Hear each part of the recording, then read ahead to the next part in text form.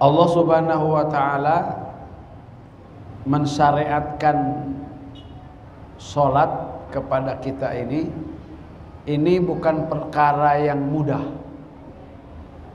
bukan perkara yang sepele, bukan perkara yang gampang. Wa innaha lakabiratun. Salat itu perkara besar. Kalau salatnya benar, maka seluruh amalnya pun sangat besar kemungkinannya diterima oleh Allah Subhanahu wa taala. Kalau salat kita enggak benar, susah harapannya. Karena yang akan mengkaitkan dan menempelkan seluruh amal kita ini adalah salat. Iza soluhat soluha sairu amali. Kalau salatnya benar, maka insya Allah ke bawah itu ibarat lokomotifnya. Karena salat itu ibarat tiang. Kalau agama sebagai bangunan, maka tidak bakal kokoh agama itu tanpa tiang. Sama, bangunan tanpa tiang gak bakal kokoh, agama tanpa salat gak bakal kokoh. Salat itu ibarat kepala. Orang bisa hidup tanpa tangan, bisa hidup tanpa kaki. Tapi susah nyari orang hidup tanpa kepala. Jadi kepala itulah kita akan melihat orang itu cantik atau tidaknya, ganteng atau tidaknya, kejam atau tidaknya, lihat di wajahnya. Wajah itulah cerminan dan gambaran seseorang itu. Demikianlah amal itu. Lihat sholatnya. Kalau sholatnya asal-asalan, berat hadirin. Kemudian hadirin, orang sholat itu tidak selamanya nanti benar. Walaupun sholat itu tanha anil fahsya'i wal munkar. Ajib Pak. Jika sholatnya benar, maka insya Allah sholat itu yang nanti akan mengakhirkan, menutup, menghapus kegiatan-kegiatan yang kira-kira dosa dengan sendirinya. Sholatnya khusyuk, tidak ada keinginan untuk maksiat, tidak bakal. Cuk bahasa sadeng teh mah cenah lamun sholatna bener mah digoda ku jahe, janda herang moal nyogong acan. Oh, orang aduh hebat tuh lah. Hadirin, ini hebatnya sholat begitu emang. Jadi boro-boro yang namanya korupsi, maling segala macam. Ini kalau masih bisa melakukan itu artinya sholat kita belum benar. Sholat kita belum benar. Baru bisa sholat di dalam sholat, tapi kita belum sholat di luar sholat. Baik. Hadirin, ulangi lagi. Di zaman Nabi ini sudah. Di zaman Nabi al-musibis sholah itu ada banyak. Artinya orang yang salah dalam sholatnya di zaman Nabi itu banyak. Malah Nabi menyuruh sahabat yang sholat di hadapan Nabi, suruh sholat. Fa innaka lam tusalli. Kamu belum dianggap sholat. Satu kali. Diulangi lagi kedua kalinya. Nabi katakan begitu lagi. Kamu belum sholat.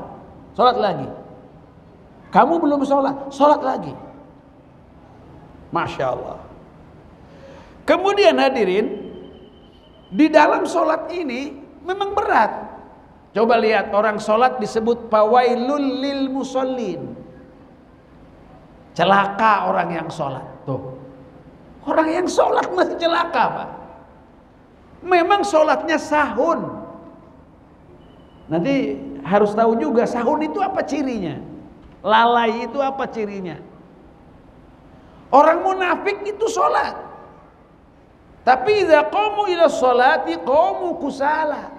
Sholatnya kusala, malas, asal doang, asal-asalan. Jadi sholat asal-asalan nggak bisa. Sholatnya sahun, lalai, nggak diterima. dari Sayyidina Huzaifah bin Al-Yamani sahib Rasul sallallahu alaihi wasallam, ra'a rajulan la yutimma ruku'a was sujud. Ada seorang yang di zaman Nabi nih, dia tidak menyempurnakan rukunya, tidak menyempurnakan sujudnya. Qala ma sholaita. Coba kamu gimana sholat kamu itu gimana? Rukunya enggak benar, sujudnya enggak benar. Beliau mengatakan, walau mutta ala ghairil fitrati allati fatarallahu ala Muhammadin. Kamu kalau sholatnya kayak seperti itu, kamu matinya keluar daripada fitrah Allah yang diberikan kepada Nabi Muhammad.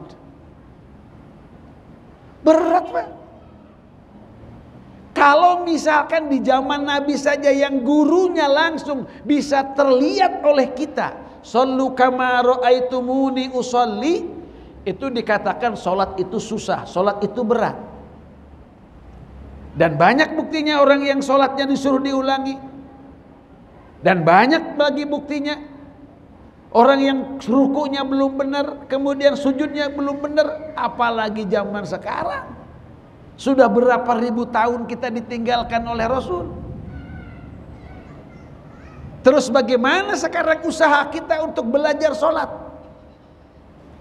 untuk khusyuk dalam sholat, untuk benar sholat?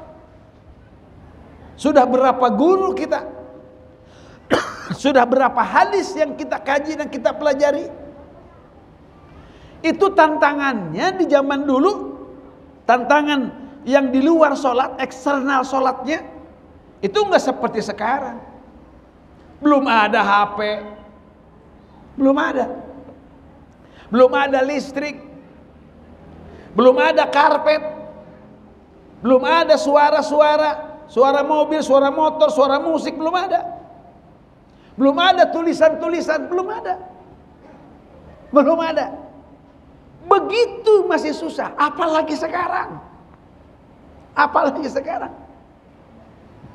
Apalagi kalau ukurannya ukuran khusyuk. Kalau Imam Malik mengatakan kalau hari ini mata kita melihat kemaksiatan, kayaknya susah untuk Allah itu menerapkan khusyuk kepada dirinya.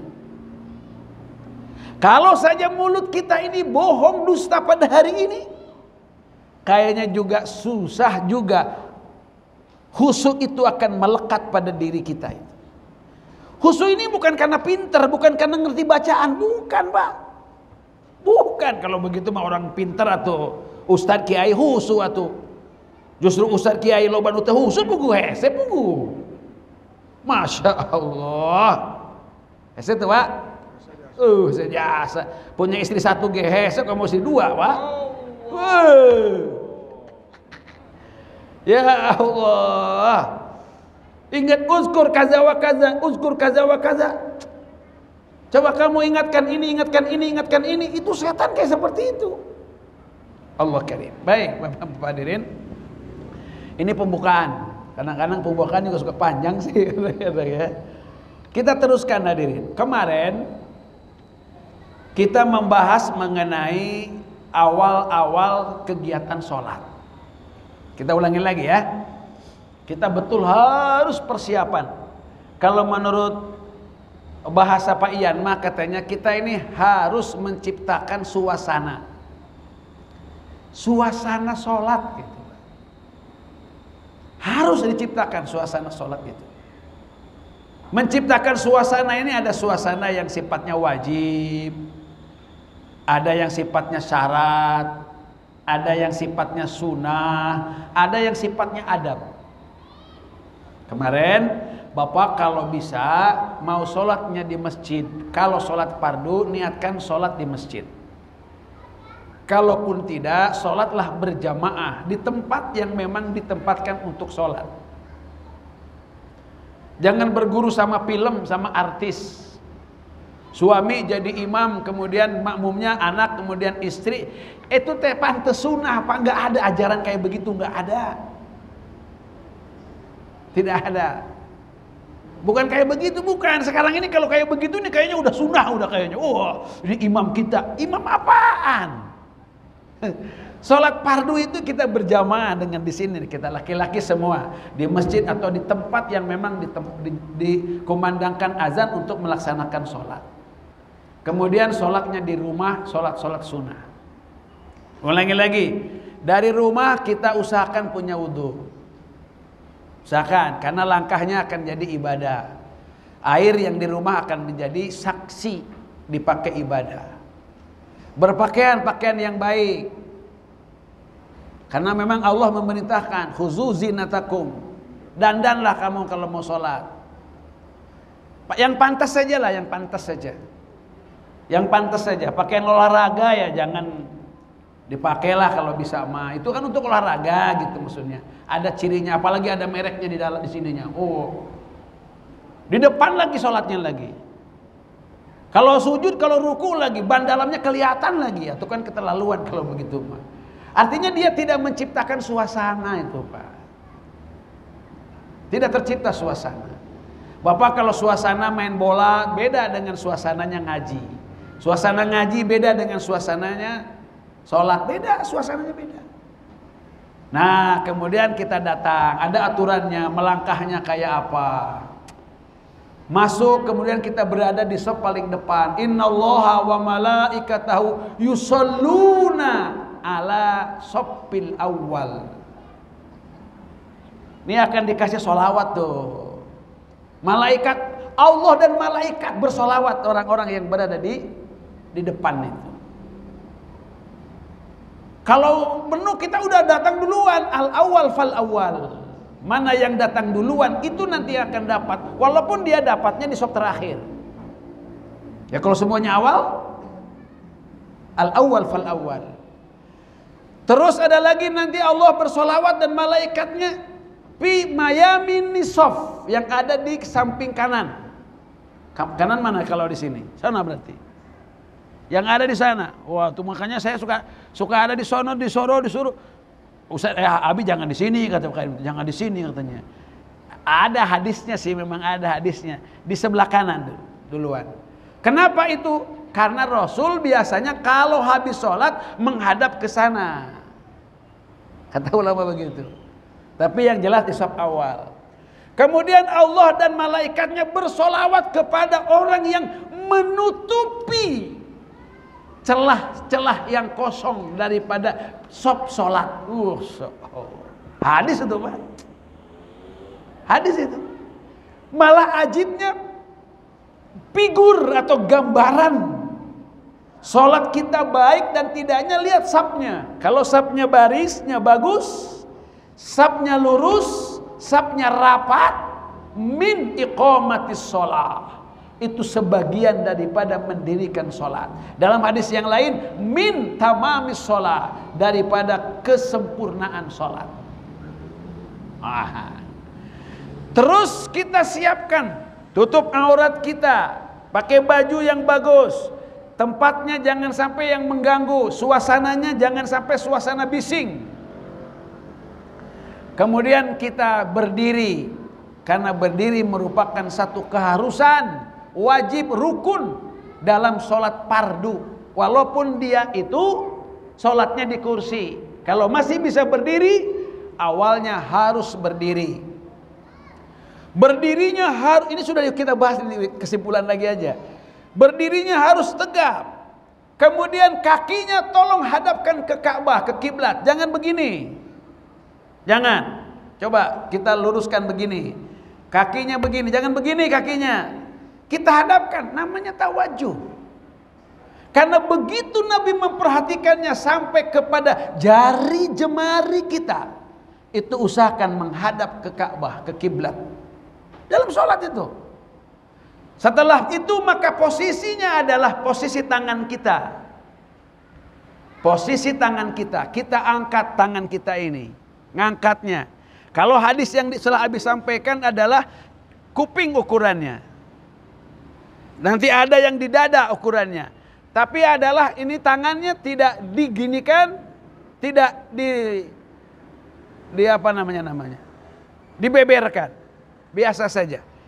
Sini boleh, sini silakan. Tuh.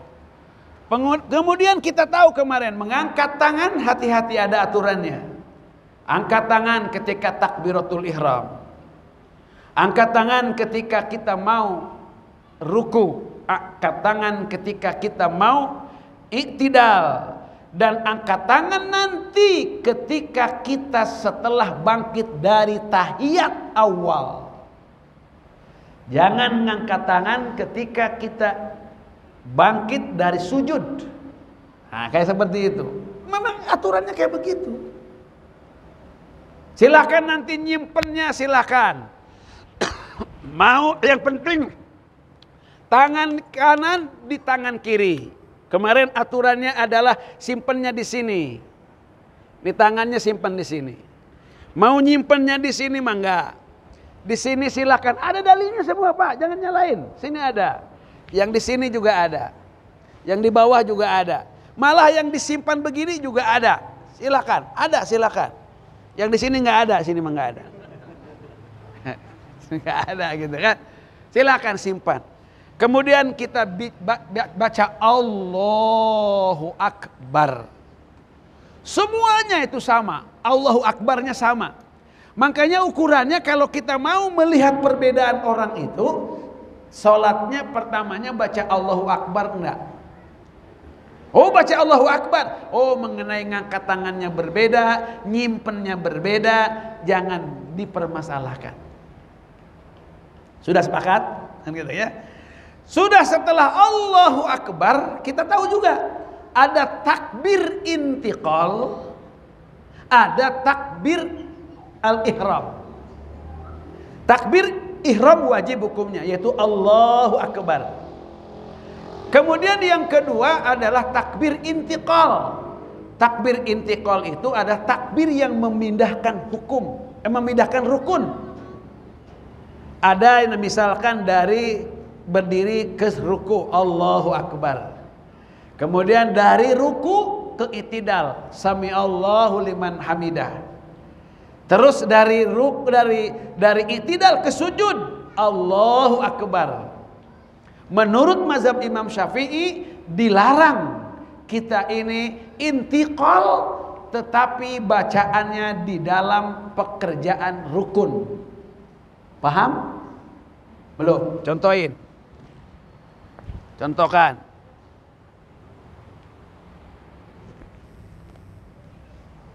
Sami Allahu liman hamidah.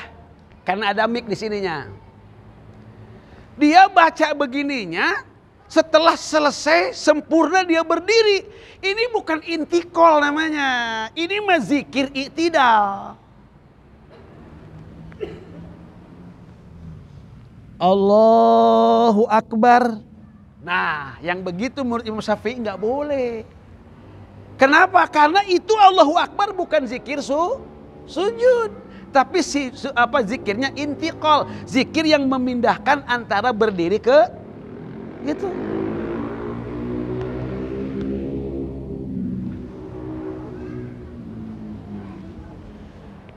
Allahu Akbar, nggak boleh begitu.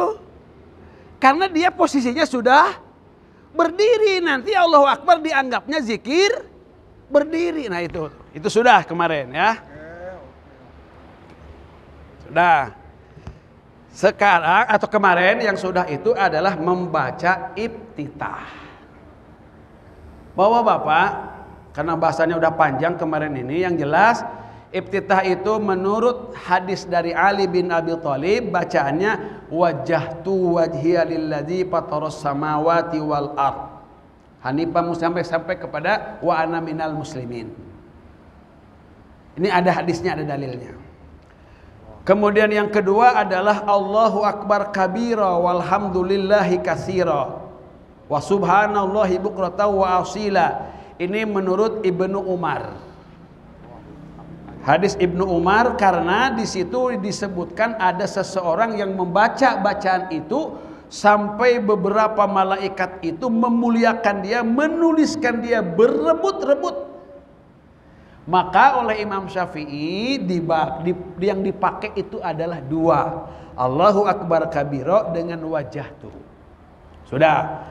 Kemudian lagi ada yang membaca Allahumma ba'id baina khotoyaya. Silakan, itu hadisnya dari Abi Hurairah. Kemudian juga ada yang membaca la ilaha illa anta subhanaka zolamtu nafsi, itu daripada Abi Al-Khalil, daripada Sina Ali juga. Kemudian ada dari sahabat Nabi bin Jubair, Allahu Akbar kabiro, Allahu Akbar kabiro, Allahu Akbar kabiro, dan seterusnya. Itu sudahlah itu ya, sekarang sudah.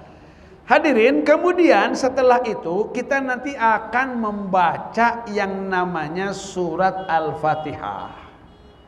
Di sini ada kajian panjang. Yang pertama adalah kita mengawalinya dengan ta'awuz. Yang kedua, kita akan bahas mengenai bismillah. Bismillah. Ketiga yang kita akan bahas membaca Al-Fatihah itu ketika sholat sendirian dan sholat berjamaah. Kemudian kita akan bahas lagi membaca Fatihah ketika sholat berjamaah bagi makmum yang sholatnya itu jahar dan sir. Ini nanti akan beda-beda hukumnya. Cuman sebelumnya Abi ingin dulu menyampaikan hal-hal yang berkenaan dengan Al-Fatihah dulu. Baik. Ini baru mulai nih. Bismillahirrahmanirrahim. Bapak-bapak, ini Al-Fatihah ini yang paling ajib, Pak. Ini surat yang paling ajib. Karena kata Nabi, katanya lam tanzil fit Taurati wala fil Injil wala fil Zabur wala fil Quran misluha. Tidak ada surat yang turun di Injil kah, di Zabur kah, di Taurat kah, di Furqan atau di Quran kah yang serupa dengan surat Al-Fatihah. Maka para ahli tafsir sebelum membahas tentang bagaimana hukum Fatihah di dalam fikih, di dalam tafsir, maka beliau ini selalu satu menyampaikan nama-nama Fatihah. Yang kedua tentang fadilah Fatihah. Baru nanti yang ketiga Fatihah di dalam sholat dan Fatihah di luar sholat. Baik, Abi ingin menyampaikan dulu terlebih dahulu bapak-bapak supaya nanti juga akan ada kajian lagi. Kita semuanya sepakat bahwa Fatihah itu adalah 7 ayatnya. Karena disebut oleh Rasul, disebutnya Sab'ul Masani. 7 ayat yang diulang-ulang. Maka, ulangi lagi, maka Fatihah itu yang harus kita camkan adalah 7 ayat. Baik. Sekarang bapak-bapak yakin nggak? Ini yang kita pertanyaan bukan pakai dalil dulu. Yakin nggak? Apa yang ada di dalam Quran sekarang ini itu adalah asli? Yakin nggak? Yakin ya? Bener nih? Yakin. Ini dalam satu debat dengan dengan orang-orang sana tentang kriteria kitab suci itu adalah harus ditulis pada masa turunnya kitab itu. Baru akan diakui kitab itu adalah kitab asli dan kitab suci. Nah, sementara hadirin yang saya hormati, buktikan dalam sejarah kitab mana yang ditulis pada saat Quran atau kitabnya itu diturunkan. Hanya Al-Quran. Hanya Al-Quran. Kenapa? Ya karena harus terjaga keasliannya. Satu itu. Kemudian yang kedua, hadirin rahimakumullah, yang kedua, disebut kitab suci itu adalah Kitab yang memang dari zaman ke zaman itu nggak ada perbedaan isinya. Nggak ada. Yuk coba kita sekarang ini. Kalau kita sekarang baca Quran, ya Quran, Al-Fatihah saja. Kira-kira yang dibaca di sini dengan yang di Arab, yang di mana, yang di India, yang di Pakistan, yang di Hong Kong, yang di mana, silakan. Kira-kira sama enggak? Itu bisa kita bilang ini kitab suci berarti. Baik, kitab kita ini ditulis oleh sahabat, ditulisnya oleh sahabat, disuruhnya oleh Rasul. Jadi jelas. Nah sekarang silakan bapak-bapak kalau nanti ke rumah kita teliti. Yuk Quran cetakan mana, Quran cetakan mana, Quran cetakan mana. Buka. Fatihah Bismillahirrahmanirrahim. Nah saja di situ. Coba ayat satunya di mana adanya? Gitu aja dulu. Ayat satunya di mana? Kalau ayat satunya itu adalah di Bismillahirrahmanirrahim, berarti tanpa dalil pun ini adalah historis. Berarti Bismillah itu adalah ayat pertama Al-Fatihah. Kalau itu berarti ayat pertama dalam Al-Fatihah, maka kalau dalam sholat harus dibaca. Oke, itu dulu, itu pembukaan dulu. Kan kajiannya nanti. Sekarang hanya ingin kita membahas tentang Al-Fatihah. Namanya menurut Imam Al-Qurtubi dalam tafsirnya. Kemudian Sofwah Tafasir juga ada, As-Sobuni. Kemudian juga dalam kitab-kitab yang lain, misalkan dalam Imam Suyuti, itu paling tidak katanya Fatihah ini punya 20 nama. Fatihah itu punya 20 nama. Kita ngaji ini kenapa? Karena ada satu kecenderungan di masyarakat kita, kalau apa-apa itu kita pakai Fatihah. Terutama kalau ngedoain ini Fatihah, ngedoain itu Fatihah, apa aja Fatihah, hasil maksud Fatihah, kematian Fatihah, nikahan Fatihah, nyunatan Fatihah, apa aja Fatihah, mati Fatihah, sakit Fatihah, apa aja Fatihah. Katanya apa sih Fatihah, Fatihah lagi, bidah itu, kehen. Sebenarnya lah main bidah wae. Kelahiran dulu Pak. Kita lihat lalu sahabat itu Pak hadirin, bagaimana sahabat ini menyikapi Al-Fatihah itu. Oke. Yang pertama Fatihah itu disebut Fatihatul Kitab. Masyhur itu Pak. Pembukanya Alkitab. Pembukaannya Alkitab. Nah, kalau pembukaannya ini pembukaan Alkitab, maka lihat Bapak akan lihat semuanya pembukaannya itu pakai bismillah. Kecuali surat Al-Baro'ah. Suratnya surat Baro'ah itu surat At-Taubah. Kenapa diantaranya tidak dipakai bismillah? Satu, karena Baro'ah dengan Al-Anfal awalnya dianggap satu surat. Sehingga itu tidak ada pemisah. Yang kedua, Baro'ah itu adalah ayat mengenai perang, ayat peperangan.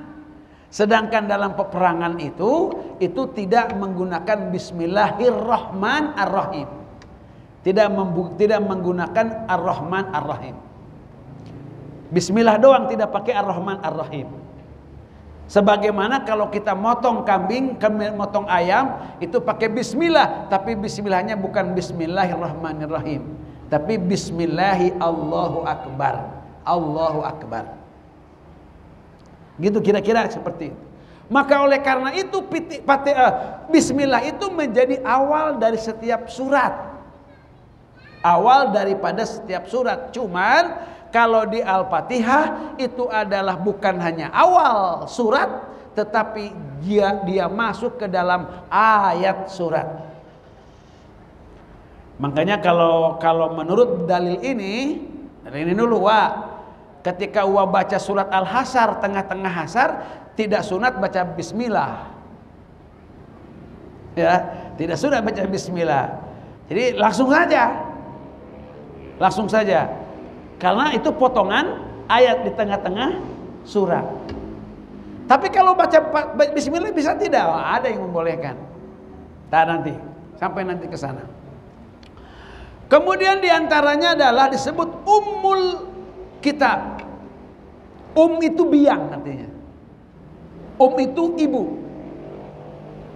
Itu. Jadi biangnya Quran. Biangnya kitab. Maka disebutlah ummul kitab. Kalau disebutnya biang, saripatinya Al-Quran, itu adanya di Al-Fatihah itu. Makanya Fatihah disebut ummul kitab atau ummul Quran. Mekah disebut ummul qura.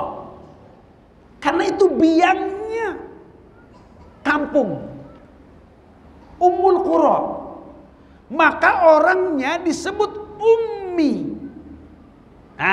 Lihat. Ummi maknanya bukan hanya ummi tidak baca tulis, tapi ummi itu maknanya adalah orang Mekah, orang Ummul Qura, namanya ummi. Jadi Nabi Muhammad disebut ummi karena Nabi Muhammad orang Ummul Qura. Itu katanya. Ummu jadi ummiyun, Mekah makiyun, Sadeng sadengiyun, Sentul sentuliun, nah gitu.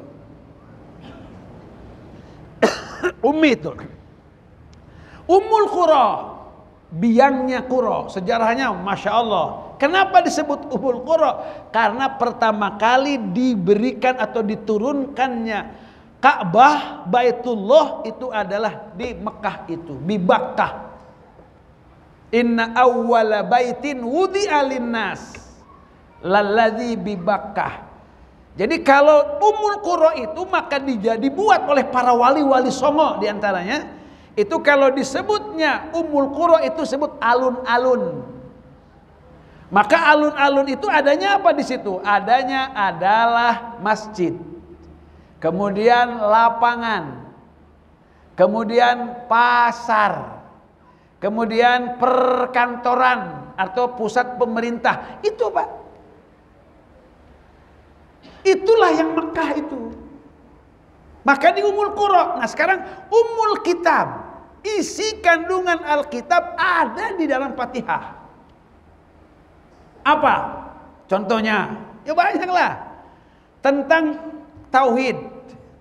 Sifat-sifat Allah. Nama-nama Allah. Mengenalkan siapa Allah. Ada di dalam Al-Fatihah. Terus mengenai ibadah ada di dalam Fatihah. Isi Quran itu mengenai berita-berita wa'ad-wa'id, janji Allah, pahala, siksa, kehidupan setelah kematian ada di dalam Fatihah. Ada dalam Fatihah. Kemudian mengenai hukum hakam ada dalam Fatihah. Mengenai sejarah ada dalam Fatihah. Semuanya ada dalam Fatihah. Nah makanya Fatihah disebut Ummul Quran. Nanti ada zikir Fatihah. Wah ada, sangat ada. Sangat ada. Kemudian berikutnya disebut Al-Kanzu. Biar agak panjang, cepat dikit udah habis. Kemudian Al-Wafiyah, Al-Kafiyah. Kemudian ada Al-Hamd. Ada asyukru, ada ad-du'a, ada at-ta'lim, ada ar-ruqyah, ada asyifa. Nah, ini udah yang kita ini yang dulu dah. Begini Bapak-bapak. Sahabat-sahabat ini di dalam hadis, beberapa hadis, misalkan ya, ada sahabat misalkan yang menjadikan Al-Fatihah ini sebagai syifa. Di zaman dulu sahabat, bapak-bapak, ada yang kena sihir. Ada gila. Gila ini yang maksud gilanya itu yang sampai dipancung. Itu di zaman Nabi. Sampai dipancung. Dipasung, bukan dipancung. Pasung di itunya ya. Dipasung, bukan dipancung. Dipasung. Kemudian juga ada yang misalkan kena bisa ular. Kemudian juga ada yang kena huma. Huma itu apa? Kena panas. Kena panas. Nah ini hadirin, para sahabat zaman dulu itu dengan membaca Fatihah, atau dia berikhtiar, sahabat itu dia ngajampena ngeruqyahnya pakai Fatihah. Ada yang sampai sembuh kemudian dikasih kambing.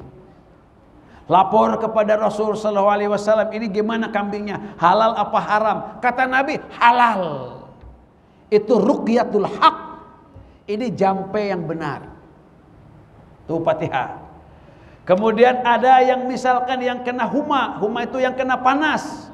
Bacain Fatihah sambil dipegang tangan itunya, yang panasnya itu.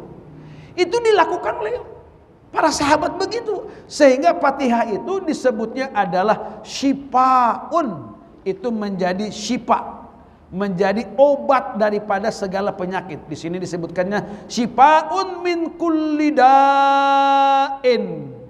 Itu apa namanya? Obat daripada segala penyakit. Fatihatul kitab syifaun minasam. Fatihah kitab itu atau minasum itu adalah obat daripada segala racun. Kemudian ada lagi Fatihah itu disebutnya ruqyah, ruqyatul haq, tadi sudah sampaikan, ini adalah sebagai jampe yang benar. Sehingga Rasul saja hadirin ketika sahabat dapat kambing itu, Rasul pun ikut makan. Iya, dapat bagian lah, minta bagian.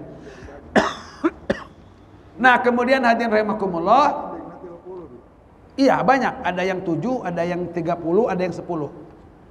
Banyak. Kemudian ladig. Ladig ini yang terkena sengatan. Yang terkena sengatan. Itu pun oleh para sahabat dibacainnya dengan baca Fatihah. Zaman dulu tuh Pak. Ya zaman dulu. Nah sekarang ini hadirin rahimakumullah, apa kita memang kurang yakin? Atau kita berpikirnya sudah materialistis, seolah-olah kalau yang begini itu udah nggak ilmiah, seolah-olah yang kayak begini ini adalah bukan usaha yang real, bukan yang rasional. Padahal rasionya orang Islam itu adalah, tentu adalah yang paling rasio itu adalah kebenaran yang datang dari yang tidak pernah bohong. Siapa? Bukan presiden yang tidak pernah bohong, Pak. Nabi, Pak. Nabi yang tidak pernah bohong itu. Kemudian kalau misalkan Fatihah itu yang justru dikasihnya dari kanzun ars, daripada bendahara atau dari gudangnya aras yang tidak Allah berikan kepada yang lain. Cuman kalau sahabat bacain Fatihah itu bisa sembuh, pas sahabat itu bisa terbang dengan Fatihah, bisa naik laut naik kuda di laut dengan Fatihah, itu bisa. Kalau kita tetap aja orang panas dibacain Fatihah tetap panas saja, orang kesurupan dibacain Fatihah malah ngetawain. Tentunya hadirin jangan salahkan Fatihahnya. Satu yang jelas adalah di mana yakin kita. Di mana yakin kita? Kalau kata Nabi, siapa yang masuk rumah baca kulhu, makan kata apa namanya, kata Nabi, nafatil faqr, maka kulhu itu akan mengusir kefakiran. Ada orang yang belum bisa nikah, kata Nabi, kamu punya kulhu? Punya. Kamu punya ijazah? Nasrullah? Punya. Kamu punya kuliah? Punya. Kamu punya izazul? Punya. Kamu punya ayat kursi? Punya. Tazawwaj, udah itu bekal. Iya, bekal nikah. Wa in kanu fuqara yughnihumullah. Jadi kalau Abu Bakar memberikan seluruh barangnya, hartanya itu, kemudian nyisakannya aja. Kalau hanya untuk dunia dengan waqiah aja, kami udah cukup. Allah karim. Yakinnya kayak apa hebatnya ya? Itu yakin. Dan memang luar biasa emang ketika itu memang yakinnya kayak apa. Ada sahabat makannya kulhu, minumnya kulhu, obatnya kulhu, mati kulhu. Nantilah kita. Subhanakallahumma wa bihamdika asyhadu an la ilaha illa anta astaghfiruka wa atubu ilaik. Wassalamualaikum warahmatullahi wabarakatuh. Waalaikumsalam warahmatullahi wabarakatuh.